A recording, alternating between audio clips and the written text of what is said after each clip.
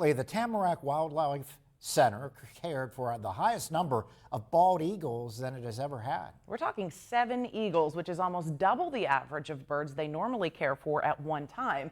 One of the birds died, unfortunately, but they gave it, like they do all the birds they care for, the best fighting chance they could. Our Marissa Thomas spoke with the facility's director today to learn why they're seeing such an increase in these sick and injured eagles. Good evening, Marissa. Good evening, Mike and Emily. These eagles come into the facility for a variety of reasons, but the executive director told me tonight that the reason for the uptick in sick eagles is actually different from what they usually encounter. To nurse an eagle back to health is a rewarding experience. It's a huge privilege to work with these magnificent birds. They are really inspiring. They touch our hearts when we see them soaring. The rehabilitation team at Tamarack Wildlife Center helps eagles who have been injured or fallen sick. A third of the birds come in from some type of car incident.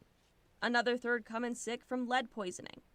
But this time, they're rehabilitating more eagles than ever before, and they aren't the usual cases. I think part of the reason we have so many is that we're getting a higher number of eagles in our state, so the population is up.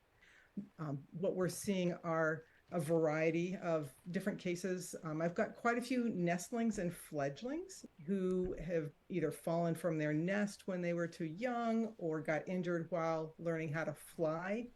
It can also be related to an increase in storms. Executive Director and lead rehabilitator Carol Holmgren says while it's great to see the rise in bald eagle population, now there's a bigger need to continue protecting these creatures.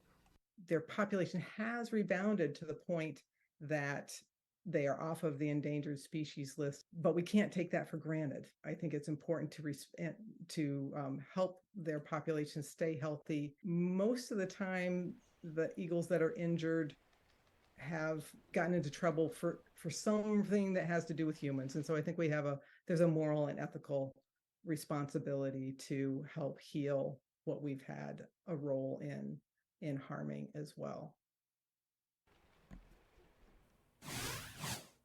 And of those 6 birds at the facility now, there are 3 of them that are on track to be set free and released back into the wild in the next few weeks to a month, and the other 3 are still in intensive care, but they are hopeful for their ultimate release. Live from the studio, Marissa Thomas, Erie News Now.